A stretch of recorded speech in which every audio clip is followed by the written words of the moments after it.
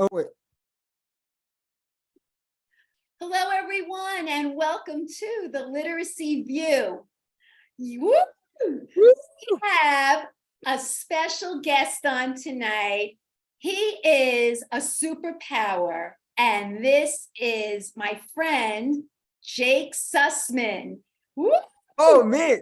Yes, you. Hey, everybody. Nice to see you. And Jake Sussman is the founder of Superpower Mentors, and he is somebody who struggled himself with learning differences. He can relate to children who are going through some difficulties in school, and he made a successful business for himself by being able to relate to others.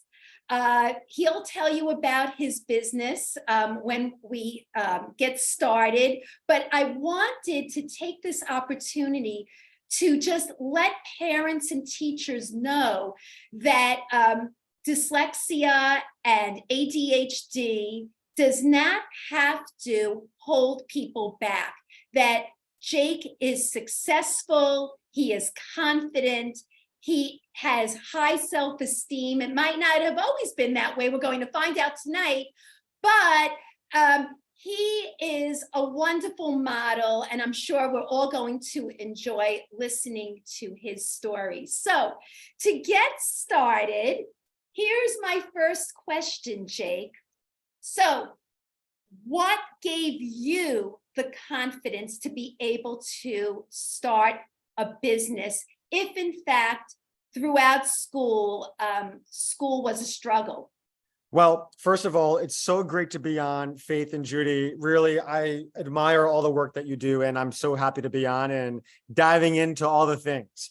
So, Faith, to answer your question about where did I find my confidence to do this, you're right. It wasn't always there.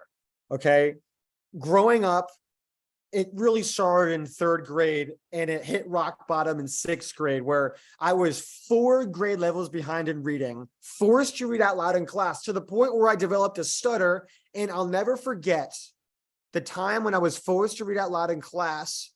I would hear my peers laughing at me because I developed a stutter, because I was always corrected all the time. And I'm literally, I have the chills right now just talking about it, because to go back and to find the confidence somehow to read, I didn't. So that was really where it began. You got to hit rock bottom first. And I went down this whole path to discover who I was. And all this time, I mean, I was told that I would never go to college. Okay. So from that point, I had the opportunity to navigate my own mind. I became obsessed with understanding how I learn. And I found a passion for communication. Okay. And I'm going to jump really far ahead in the story, and we're going to go back throughout our conversations. But I want to answer your question, Faith, because I found my confidence to do this when I wrote a poem called The Forgotten Child, which is the reason why I'm doing my business in the first place. Okay. And it was a poem. Here I am now in college. All right. Recognizing that not only have my peers around me dropped out of school, and all of them have learning differences, but here I am, a junior in college, and I'm making it through somehow. And I realized that I shouldn't be here right now. This was against me. And I made it. I did it. I made it through. Well, at that point, almost, and I graduated eventually, right? But I made it. So I was compelled to write a poem to talk about this experience, not just for Jake Sussman, but to talk about the forgotten child within everyone. And everyone who is misunderstood for who they are from the service. Because when you look at someone, you don't know if they're struggling with reading or if they have dyslexia or ADHD, right? So I want to speak to that forgotten child. And when I started to write it, people came forward. And I realized I was given the ability to have a voice. And I know that many don't. So I decided in this time, I didn't always want to start my own business doing this work in education. I hated school, right?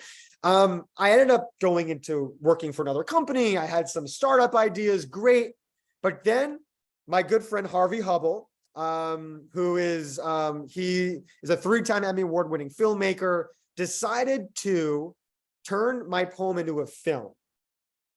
And we launched in October 2019. And within 24 hours, it goes viral. And here I am, by the way, perfectly stable job, watching this thing go viral. And I'm like, all right, I got to have an ADHD impulsive moment, because this is a time to run. If I'm going to do something crazy, it's right now. So I decided to quit my job, perfectly stable job, on a Friday, random Friday. And I started to travel the country speaking on the kid in the back of the class who can't be reached.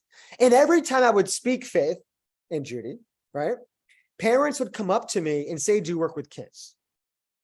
Now, my whole insecurity was all raging, because like, what if I'm not good enough? Like, I haven't, not a day have I worked in a school. I'm not a teacher. I have a background in business and communication, right? And I realized that my credibility is not in my professional experience, because right now it's not working, right? There's a lot of issues in the professional world. That's a whole other conversation. But my credibility is in the fact that I not only have the thing, I've lived it, I can speak the same language, and I could be a role model for these kids. And that's where it began. You know what? I love that authentic voice. You know, that to me is what is necessary. We always talk about that, Judy, right? That you and I do the work. We roll up our sleeves and do the work, and we're credible. And you could see that that really is what sells Jake. And that's why I loved him the minute I heard him, the minute we talked. He's just the real deal, you know? And that really goes over well with people. People Right. appreciate that. So Judy, I think what I heard from Jake is he showed that he was okay to be vulnerable. Okay. Like, if you ever listen to people talk on TED Talks, right, you'll see that there's this whole issue of people putting themselves out there and coming clean with something and showing their vulnerability. So, Judy, just in terms of what you just heard, do you have any kids who you have worked with, or your own children or a family member, that kind of Jake's story resonates with you? Because I have a story, but I want to hear from you. Anything that kind of rings a bell when you listen to this? Well, when I hear Jake say that, and my voice is a bit raspy today, I do think about students, but I actually also think about myself. Since I was a little girl, I never thought I was good enough. I was a perfectionist, even with literacy, right? With Faith, when we first started this podcast, you knew my background, right? I had a background in balanced literacy. I was reading recovery. I was scared to do this podcast. I didn't know how the world would feel about me, because I had that training. But now for the last 7 years, I've invested my whole being into structured literacy. And I was scared as hell. I didn't know if people would like me. I didn't know if the SOR world would accept me because I had that background. So I think that feeling of being not good enough was something that I always struggled with in my life. I don't know why. My parents never really put pressure on me. I did relatively well in school, but since I was a little girl, I always thought that I could do better. I think in terms of students that I've worked with, a lot of them are still young. A lot of them are struggling to read. I don't really know for some of my private clients what that looks like in the classroom. I wish I could see what it feels like or what's going on in there. It can't be fun, because a lot of the kids that I work with, they're very, very bright. Even though they're struggling with reading, they are extremely bright. And I could only imagine that it's really not fun being the kid that is struggling with reading.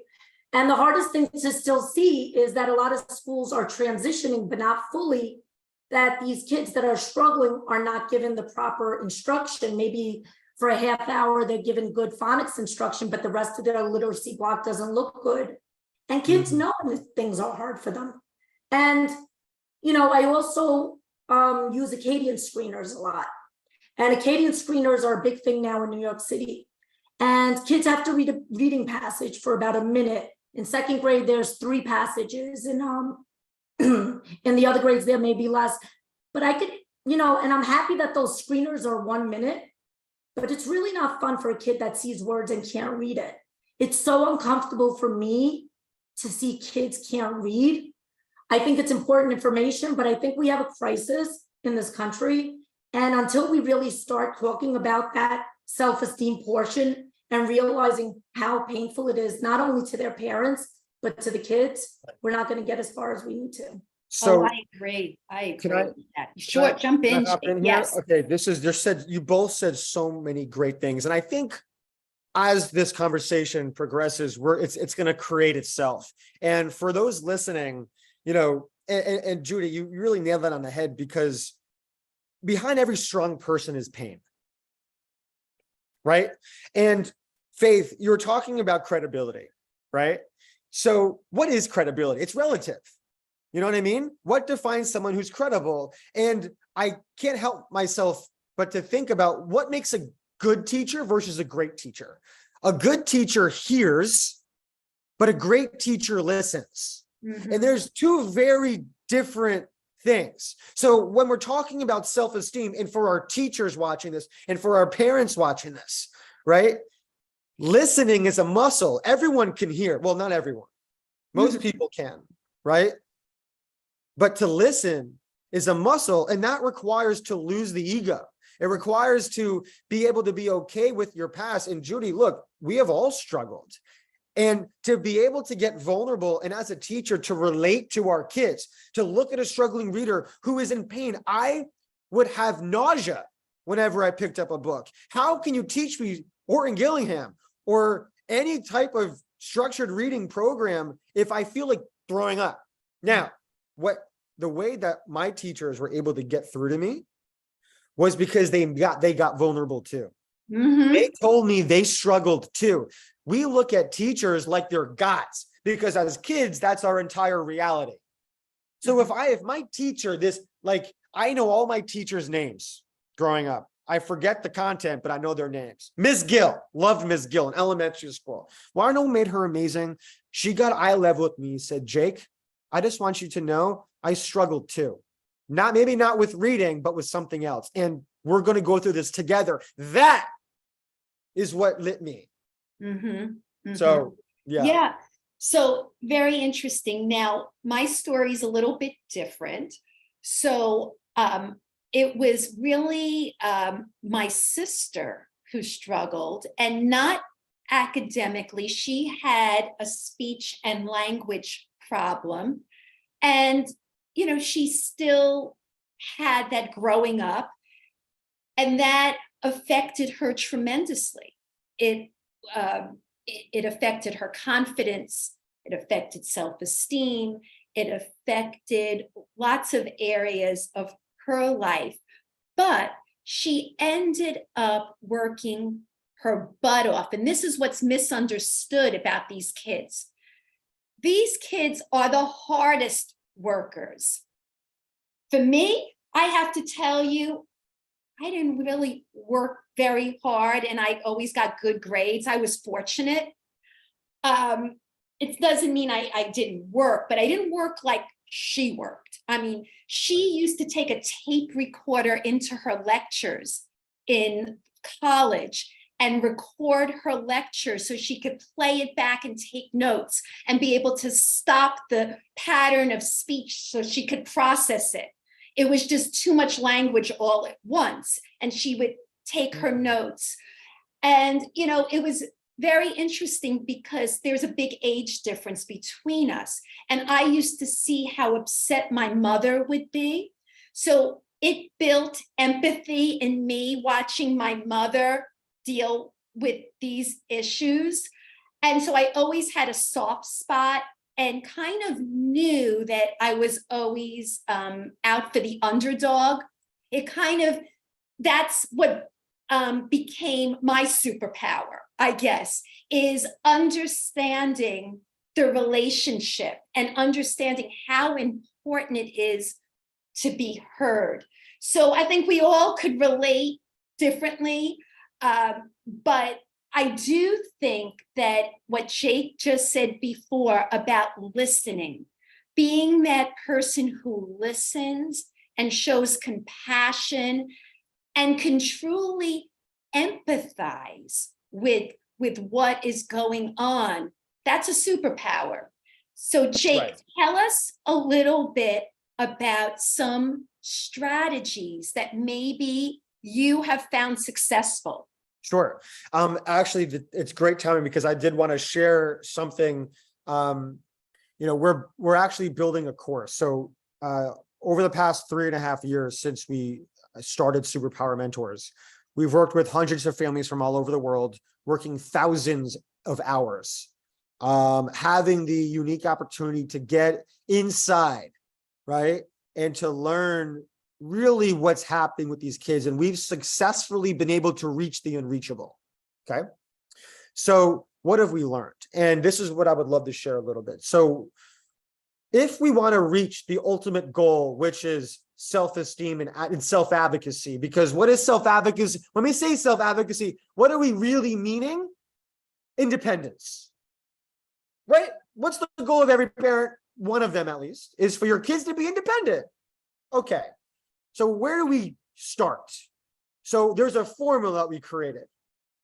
So the first step is to get to trust. But how do we get to trust? Because no one is building their self-confidence without trusting the person they're talking to. And that could be a parent, it could be a teacher, it could be a partner, whatever. Okay.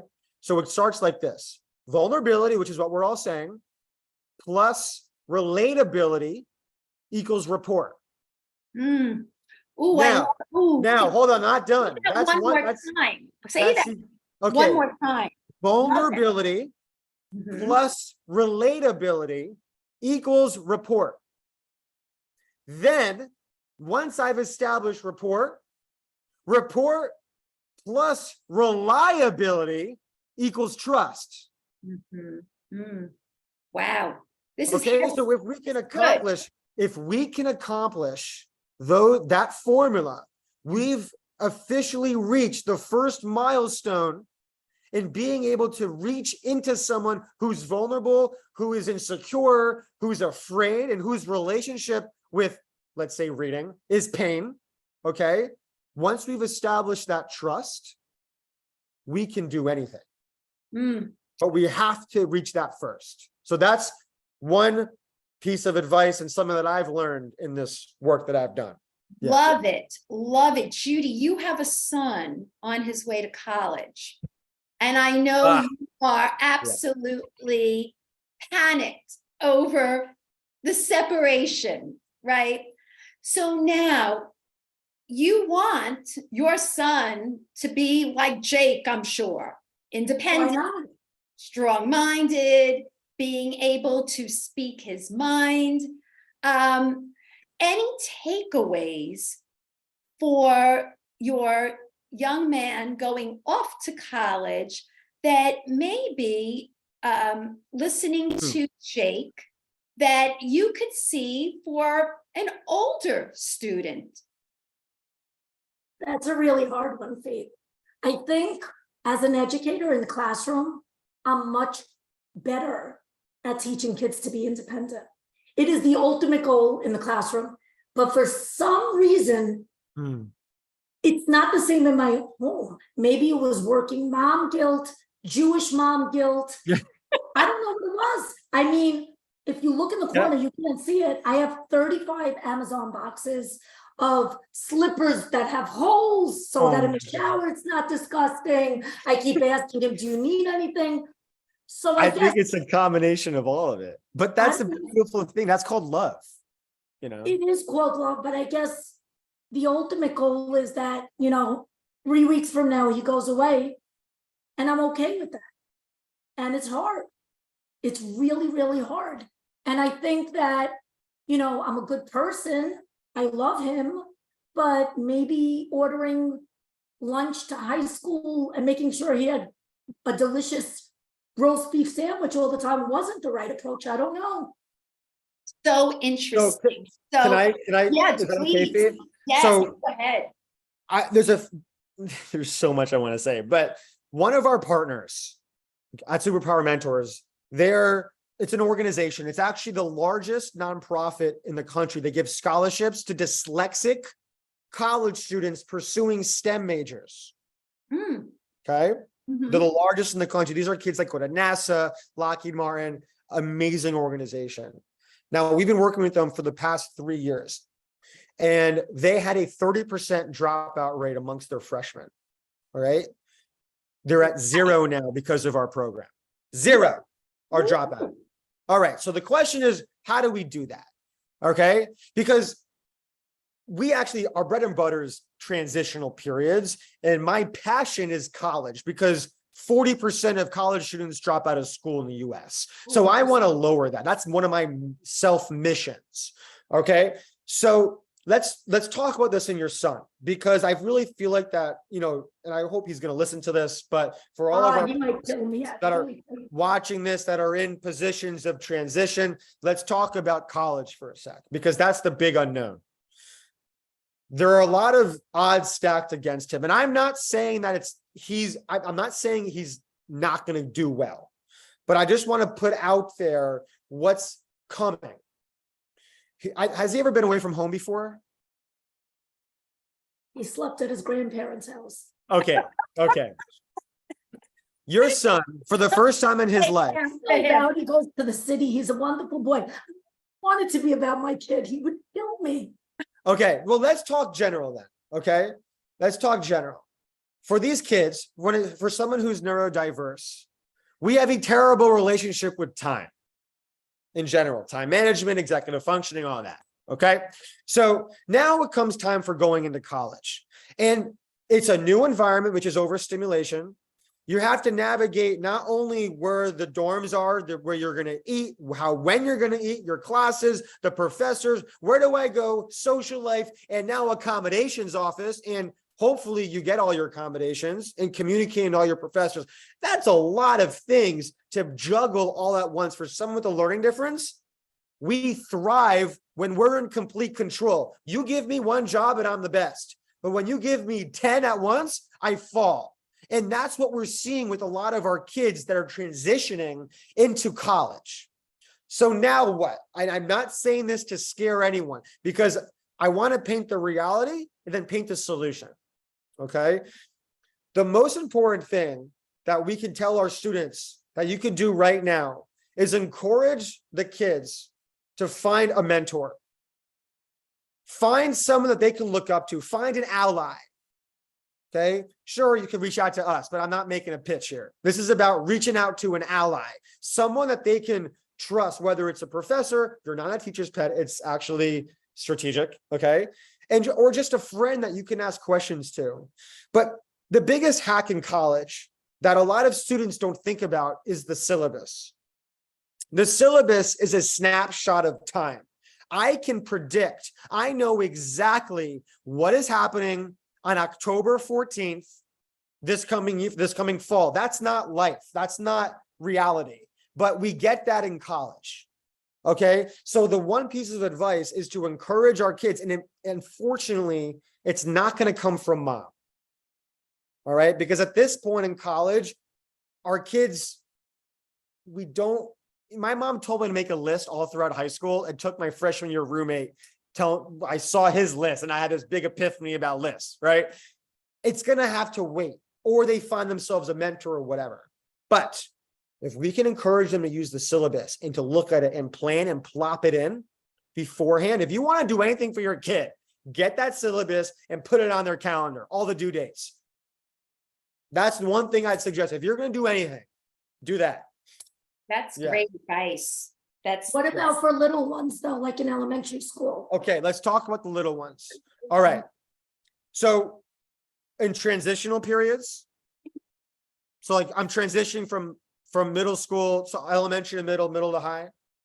Okay, great. We have Well, a lot of kids that can't read in elementary school. What are we gonna do about it? sure. Okay. And actually, we just partnered with the first dyslexic public school in the state of New York, Bridge Prep Charter School. So we're really excited. And they're an elementary school. So we're really excited about this partnership with them. And what do we do with these kids that are so turned off from reading or just transitioning into a new environment that are too young for a syllabus, obviously? The one thing we could do tonight, besides for the building trust for the parents and for the educators, is helping our kids explore their outlets. Now, what do I mean by outlets, and how does this have anything to do with reading? Okay. Outlets are the things that we naturally gravitate to to give us a sense of confidence and control. It could be video games, right? It could be, for some, reading, but it could be writing, it could be drawing, it could be building Legos, it could be anything that all of us have them, and they also could be toxic. Drinking, drugs, all that. But everyone's got an outlet, okay? So if we can help our kids explore what their outlets are, and I'm going to narrow it down to make it easier for everyone. We have identified that there are 3 different types of outlets that we need to feel confidence. And I'll explain what this has to do with reading in a minute. Outlet number 1 is an outlet that boosts our heart rates. Outlet number 2 is an outlet that boosts a passion. And outlet number 3 is an outlet that boosts creative expression. Now, how does this have to do with reading? Let's talk about it. Number 1, let's talk about heart rate. I don't care about exercise. That's a byproduct. I'm not talking about go and play basketball. That's all of the actual activity itself is a byproduct of what I'm talking about. What I'm talking about is oxygen to your brain. Your brain's a muscle. You can't expect to roll out of bed, eat French toast and cereal and chocolate milk, and go to math at 8 a.m. and expect yourself to be anywhere close to focus. Oh, forget also popping your focusing medicine too. So now you're just overstimulated and expect to sit and focus for 8 hours in the day. I'm sorry. I don't know how anyone could do it, ADHD or not. Okay, so that's number 1. That's heart rate. And if any of you want to just kind of hop in here, you can. I just want to say that interesting that you use that example, because before you, Jake, our self-care series, and I'm going to plug that. Plug it. I'm plugging it because we had mindful teacher Rachel on, and we had on a physical therapist, Nice. nutritionist / fitness trainer. Nice. And both of these people talked about focus and the foods that we eat, and controlling our thought patterns. All of this plays into just what you're talking about. Okay, so let's pretend that you're a teacher, right? And you can't have your student, you can't control what happens before they come into the classroom. Have them do 25 jumping jacks in the corner. Right. Get their heart rate going. You know how easy, like if you're overstimulated, just have them do like 20 push-ups and then they're good again. Okay, heart rate, I'm done with that. Let's talk about passion. The thing that you can throw the covers off the bed in the morning and jump out of bed. Okay, we can lose our passion and then we lose our drive. Okay, so to help encourage our kids to explore what a passion is, and it could just be an interest. It could be Legos, it could be a video game. And if you're struggling with reading, and this could be the bullshit button comes on, but like with the struggling, get it ready, okay? I've actually found this in our program, and I'm no reading specialist, but if you can actually, I believe, and I've seen it, one of our kids taught themselves how to read by reading Alicia Keys lyrics because that's what they're passionate about. And that was stimulating for them. And that's what gave them confidence. For me, it was nonfiction.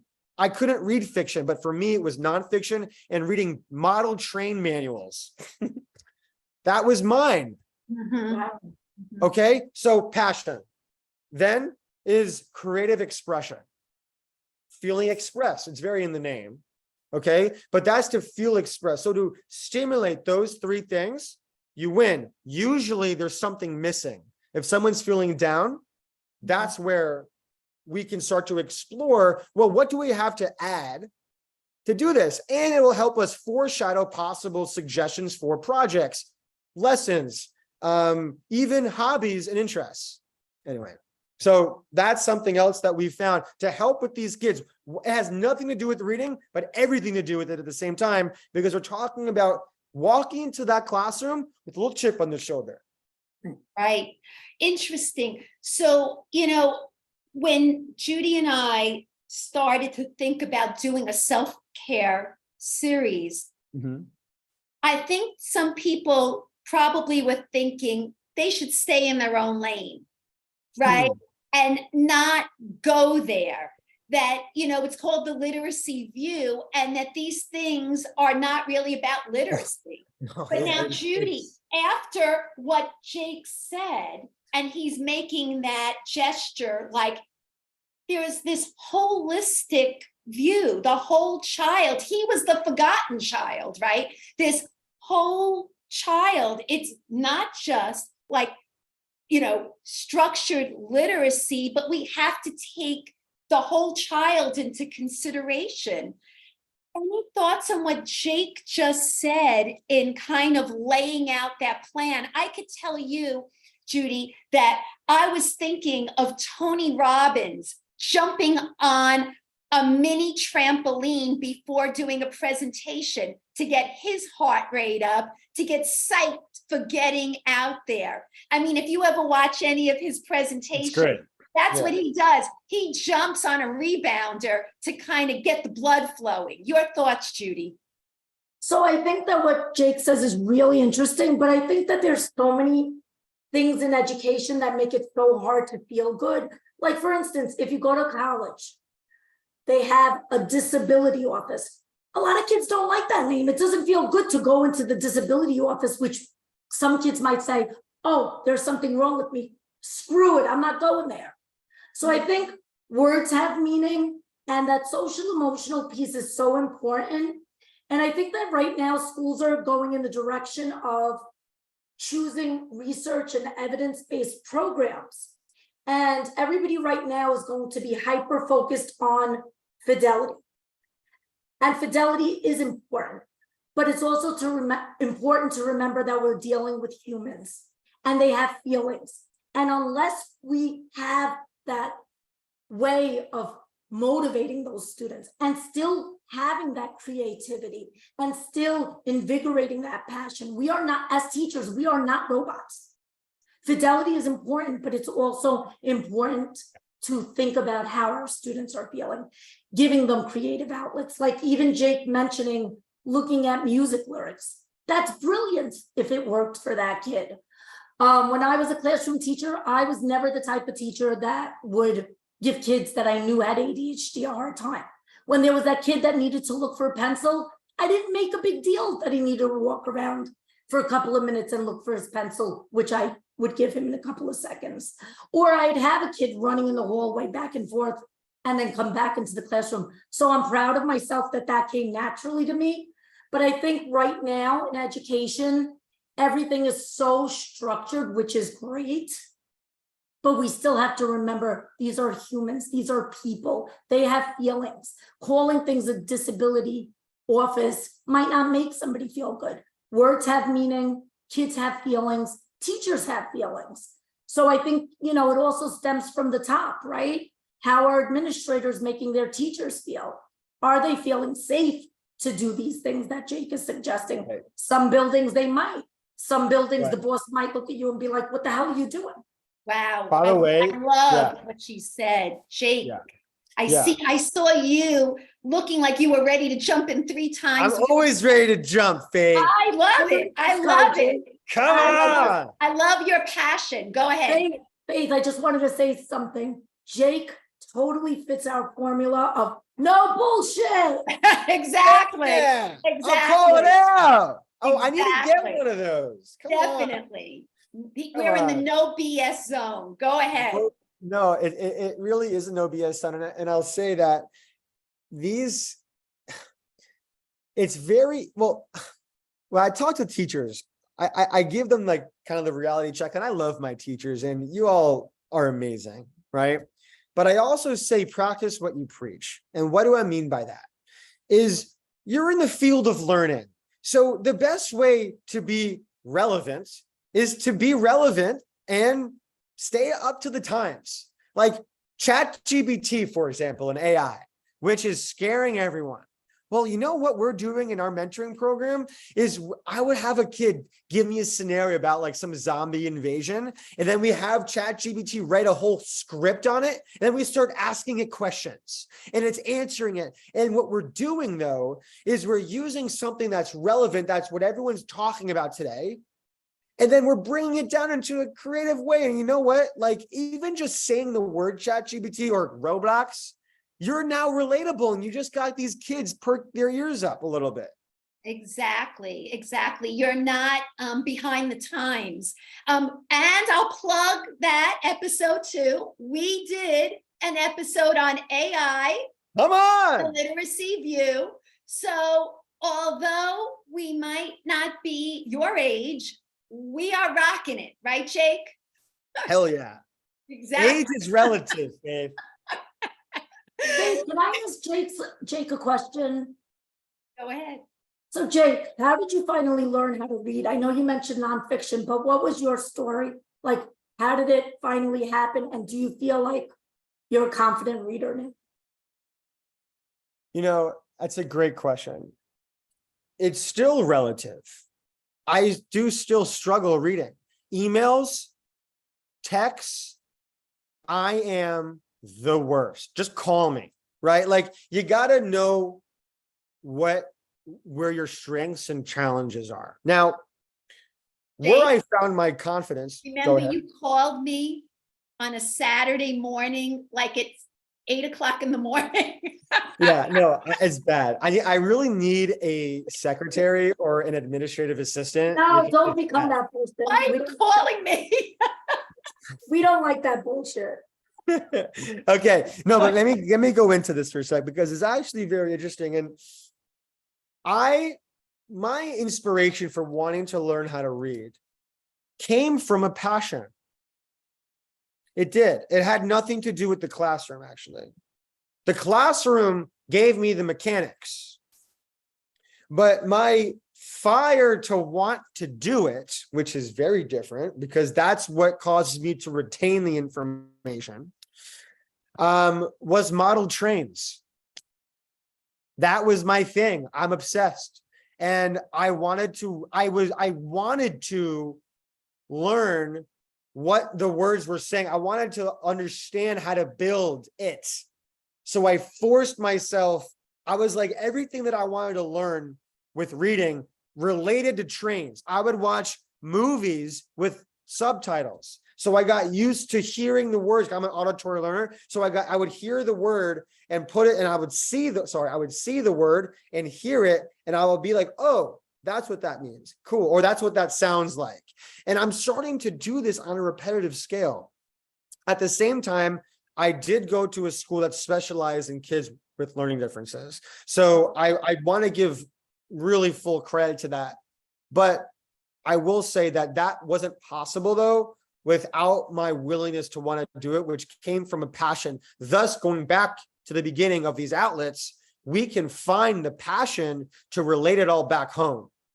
No one cares about, I respect Shakespeare, but like, if you can't relate to it, it's not going to stimulate creative thinking or memory retention or recall. Like it's not, right? So finding that thing, you gotta find that thing that lights you up and then use that as a way to encourage kids. Like, okay, this is what you might want to do in life, or this is something you're interested in. Let's look at it. Let's read about it.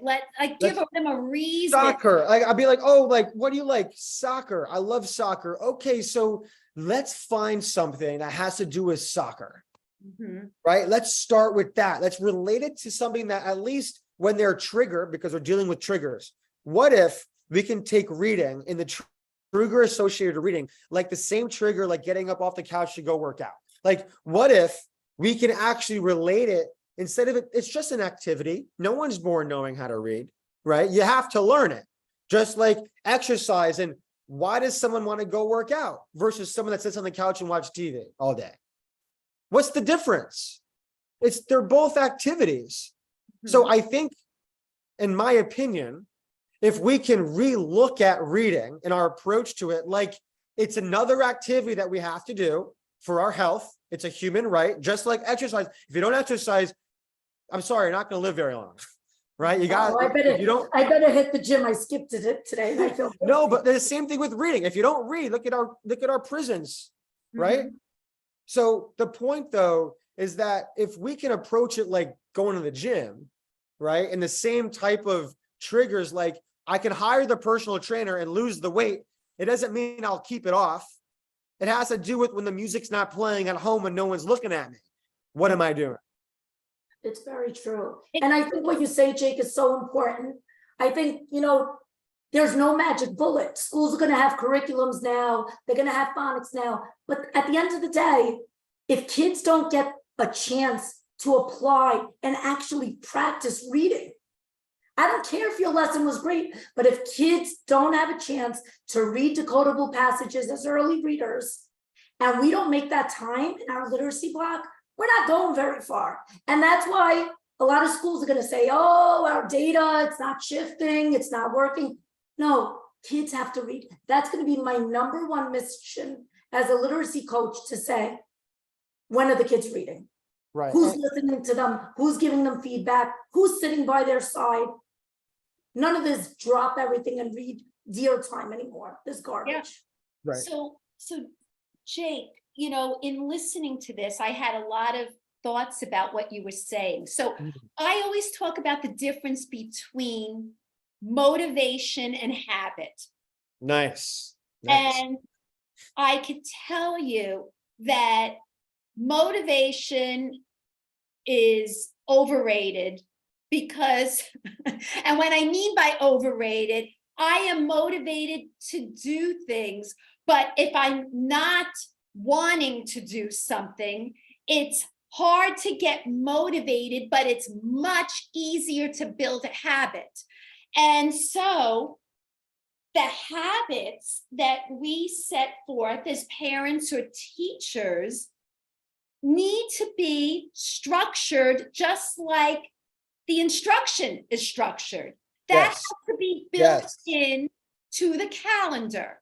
What do you say about that, the difference between motivation and habit, and what do you think about it? Because you also mentioned something too, which was calendar. Yes, right? The calendar. Right. And if you ever, I did some research on habits because I think it's fascinating. Me too. Right? And, you look at a habit like backing up out of a driveway out of your garage. You know how complicated that is? Like, whoever thought of that's crazy.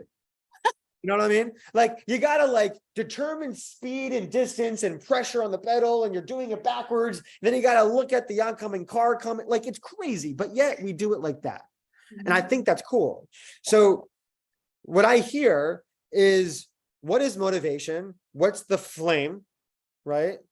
The flame of motivation is, passion. It's scientifically proven to be contagious. Actually, you could do research on it.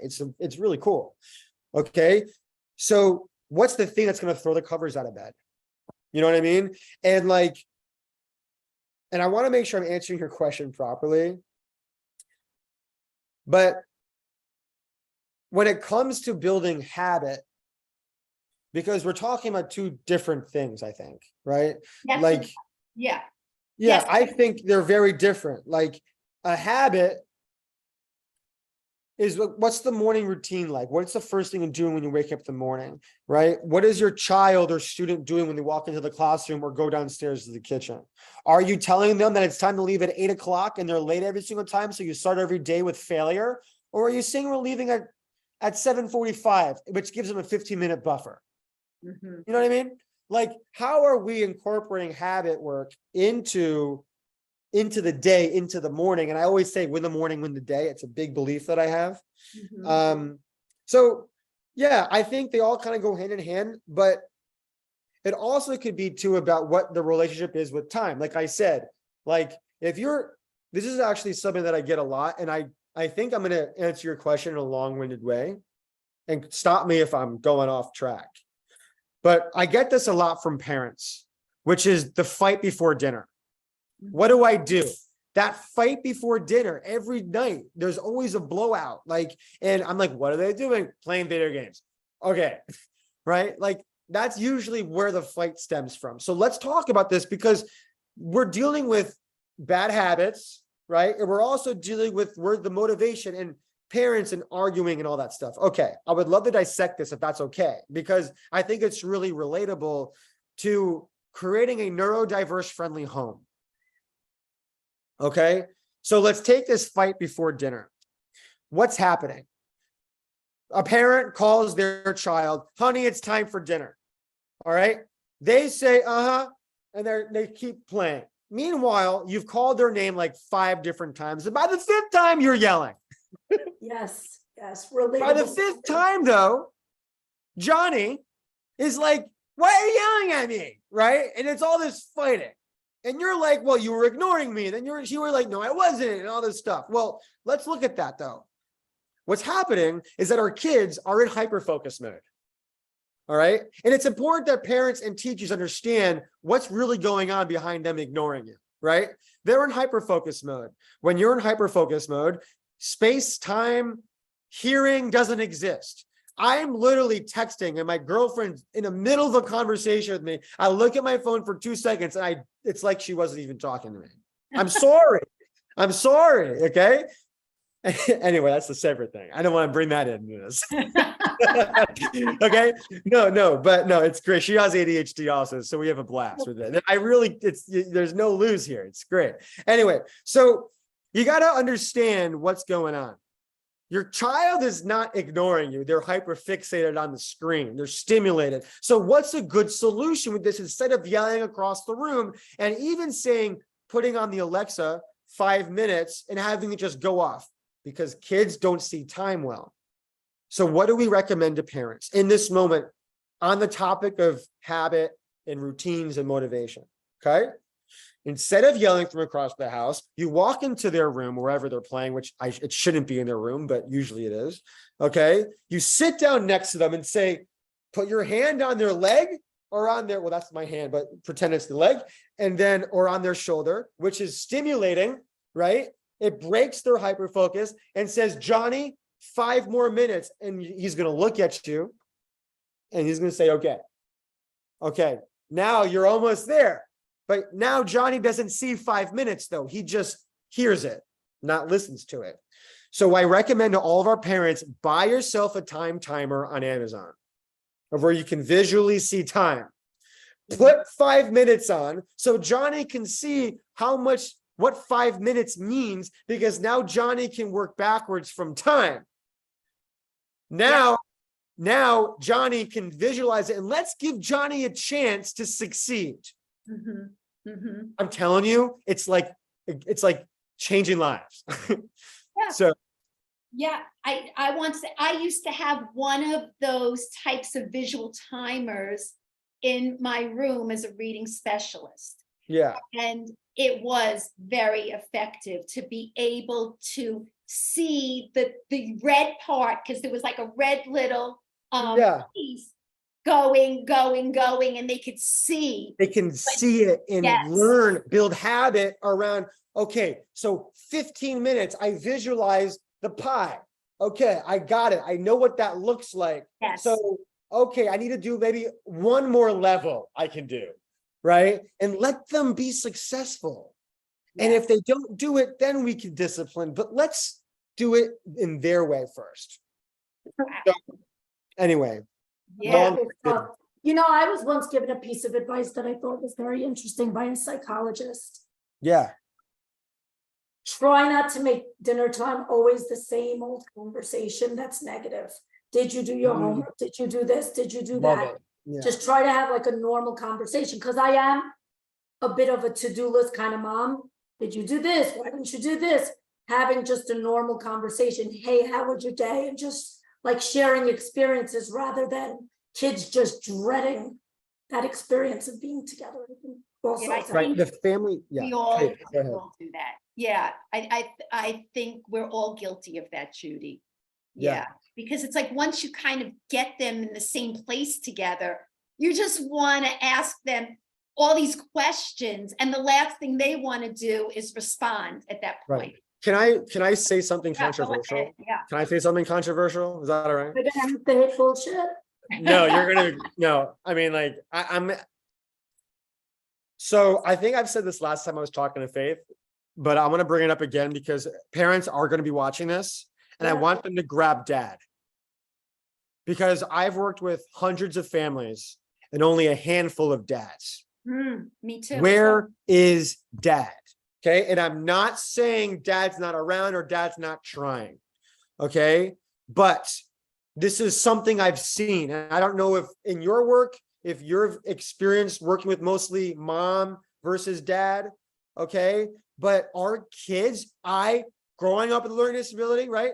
I needed both pillars, both my parents. Okay. If that's possible.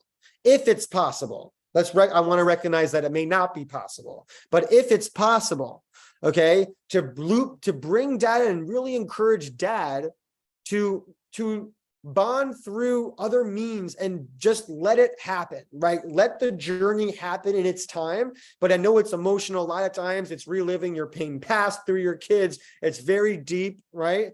But I do want to encourage families to bring in conversations with dad and having both parents take time.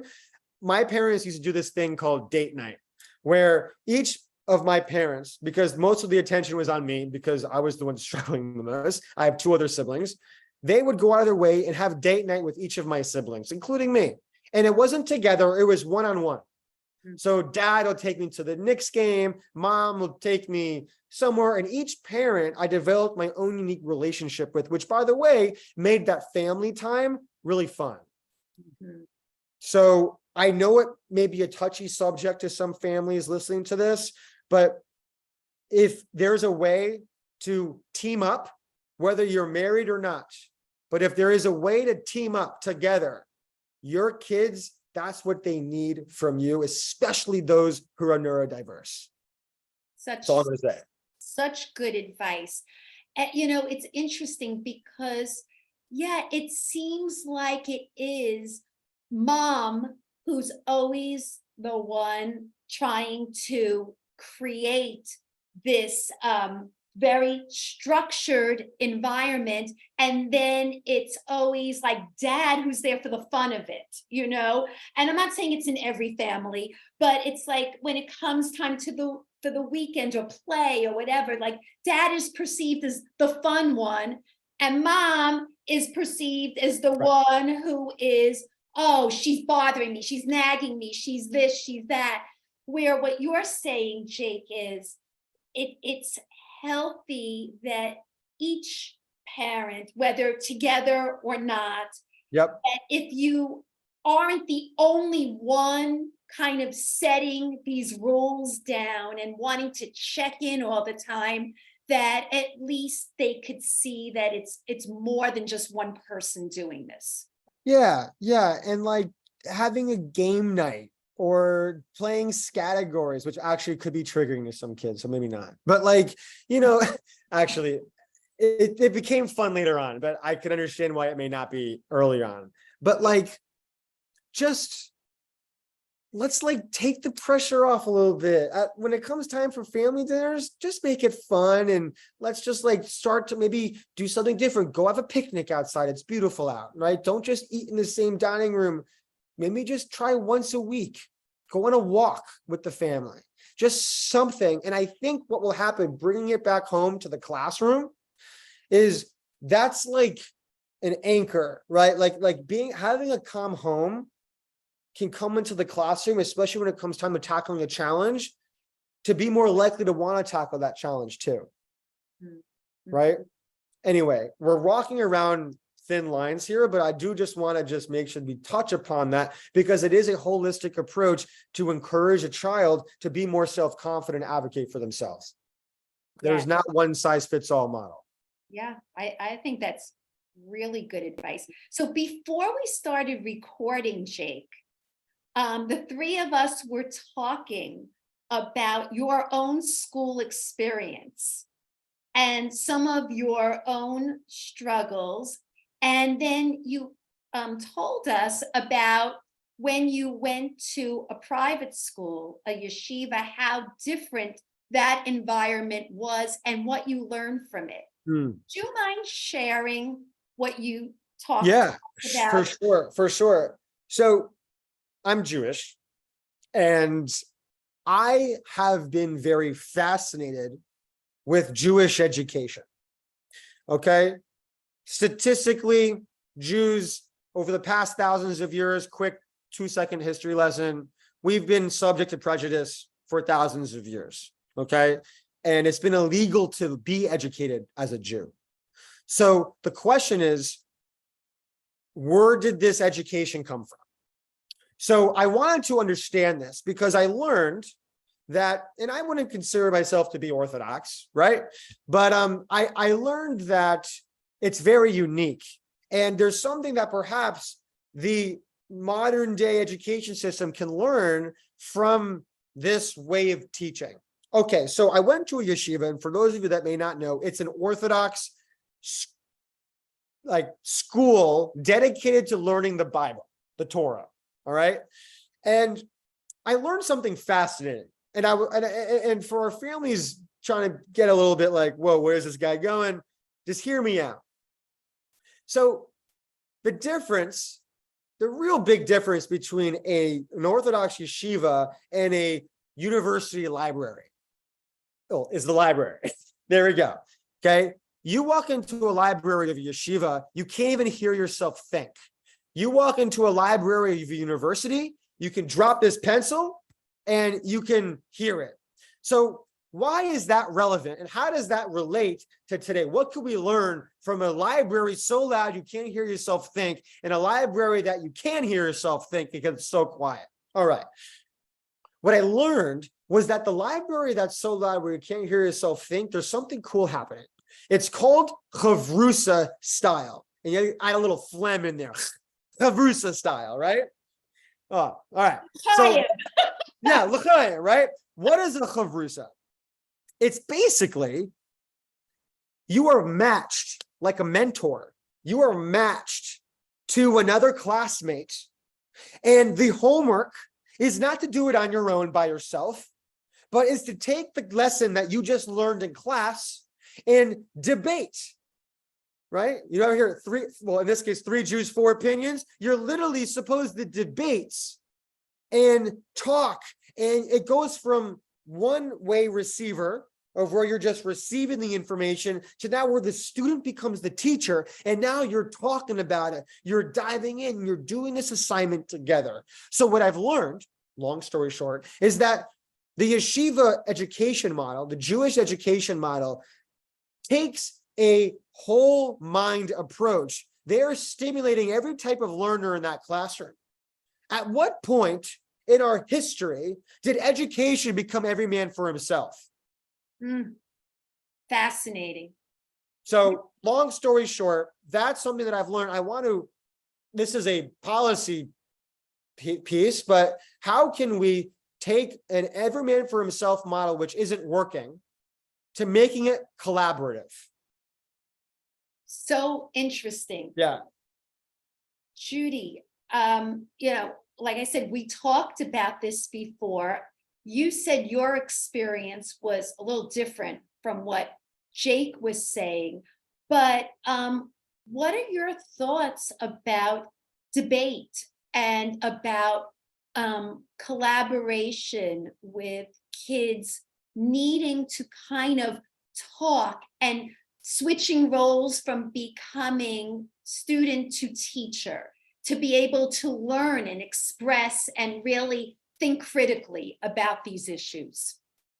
So I think that group work can definitely be beneficial to a lot of kids, but thinking about how we group kids could be important too, right? You could have one child that monopolizes the whole conversation. So I think it's just, those experiences are extremely important. I think it's really important in helping kids, build their knowledge building and oral language and so forth.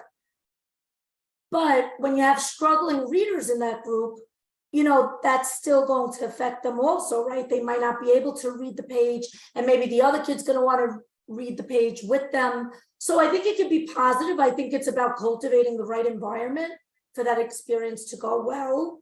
But I also do think that, in the field, sometimes if you don't group well, there's the kids that are just sitting there the whole time and they're not really doing anything. Right. And, is it the best use of our time? I don't know. Well, the question is this, actually, the one piece of information I forgot to mention was that this wasn't a group. This is one-on-one. Okay. Which I actually think a dynamic of a one-on-one conversation can be very different than a group is intimidating. And when there's a group, there's a pack, which means that there's an alpha, right? But if it's one-on-one, right? If it's like they always say, if there's a bully or someone that is, one of my mentees was, one of the kids was making fun of his dyslexia in the friend group. And I was coaching him through texting that kid that was making fun of him because they were all messing with each other. They're all boys, right? And I was like saying, dude, I actually really don't appreciate that. And he was like, bro, I'm so sorry. I won't do that again. Like, you got to remove the alpha and then you're on the same level, right? Not always, but most of the time. So this is really one-on-one debate that you're talking about. It's one-on-one, it's just one-on-one conversation about the lesson. That's all. It doesn't have to be reading. It's just, let's talk about what we learned, and both parties can learn something perhaps. Or maybe the party that knows more becomes the teacher, and that helps them even more. Right. So yeah, so interesting. I could tell you that, I think, all three of us here are Jewish, and I could tell you that certainly lots of talk and arguments are typical about. We've been doing great. I think we've been doing great so far. Debating issues is certainly a thing. So anyhow, last thoughts. My takeaway that I'm getting from all of this is motivation is about passion. Finding passion that makes you motivated. Something that is not motivating for you, you need habits to be built in. And that's how they could work together. Confidence and self-esteem comes with being able to have independence and to be able to advocate for oneself. You said so much here, Jake. I'm sure I'm not summarizing everything, but, I just kind of wanted to condense some of this down. If I'm leaving anything out, please, jump in. I wanted, all of us to have our last thoughts to wrap up. So, Judy, I'll start with you. Any last thoughts that you have about our conversation? Well, first of all, I want to thank Jake. You are so dynamic. You are so great to talk to. I am honored that you joined us here today. Really great time. You speak from the heart with that passion. And I think, even the literacy view, right? Faith and I do this. We're not making any money off of this. We're just having a really good time. And the reason we enjoy it so much is because this is our passion. And that's why, even if I'm tired and I don't want to get off the couch, which was today, my voice doesn't feel good, but I'm here because there is that passion. And I think it's really critical that as schools are shifting towards structured literacy, we still bring in that passion. We are still dealing with real with real children, with real emotions, and teachers with emotions. And I think that, kids won't get better at something if they don't have practice. So please, let's develop that habit when we're creating teacher schedules to give teachers that time to help kids read. We need to listen to our kids read and make that time. And if it's not a habit or it's not in the schedule, very often it doesn't happen. And that's it. Yeah. Jake, I want to also thank you. We've had conversations before. I think you truly do have superpowers. Seriously, you are just an awesome person. And I'm so glad to call you a friend. And so much. this conversation was so much fun. I really, really enjoyed I think it lived up to its potential. It did. Yeah, and I do think people are going to walk away with those practical tips that they look for. Right. And I just wanted to say, I learn from you. I really do, and just so happy you joined us. Your Well, last thoughts, Jake. Okay, so what I want to say is we're starting a new school year. Okay. And on the topic of passion, like I said, it's been scientifically proven to be contagious. Okay. Find your passion because your students and your children will feel it. Okay. This starts with you, parents and teachers. You got to look at yourself in the mirror. If you're struggling finding your passion, look at your outlets. It'll help you. Make sure before you start the school year that you have an outlet that boosts your heart rate, passion, and creative expression. Because if you have those three things, you're going to rock this year. Okay. It's been so much fun being here. Again, Superpower Mentors is here for everyone. So please feel free to reach out to me if you're looking for any mentorship or anything that can help your school or your kids feel confident in themselves. Like, this is literally my life's work. Yeah, like let's keep the conversation going and don't stop asking questions ever. We will put the link for your business in the show notes. So anyone who wants to get in touch with you directly, that will be in the show notes. And once again, it's superpowermentors.com. And that's it. So let's wrap up. Judy, tell people how they can get in touch with us. All right, I'm going to try my best, Faith. On Instagram, at Boxner-Damsky, Faith on Instagram, Faith Burkowski at High Five Literacy. On Twitter, at Boxner Judy. On Twitter, Faith at High Five Literacy, at Faith Burkowski. And on Facebook, The Literacy View, Real Teachers Letting Loose. Thank you. All right. Okay. Good night, everyone. And thank you for joining us. Oh, and by the way, all those things that Jake mentioned at the end, finding an outlet. Well, we have a special episode coming up of the Literacy View where we have a Zumba instructor / reading specialist. That's right. We're going to Zumba. And we're going to talk about finding your passion on the next episode of self-care. So Jake, actually, that was a great segue into that. All right. Good night, everyone.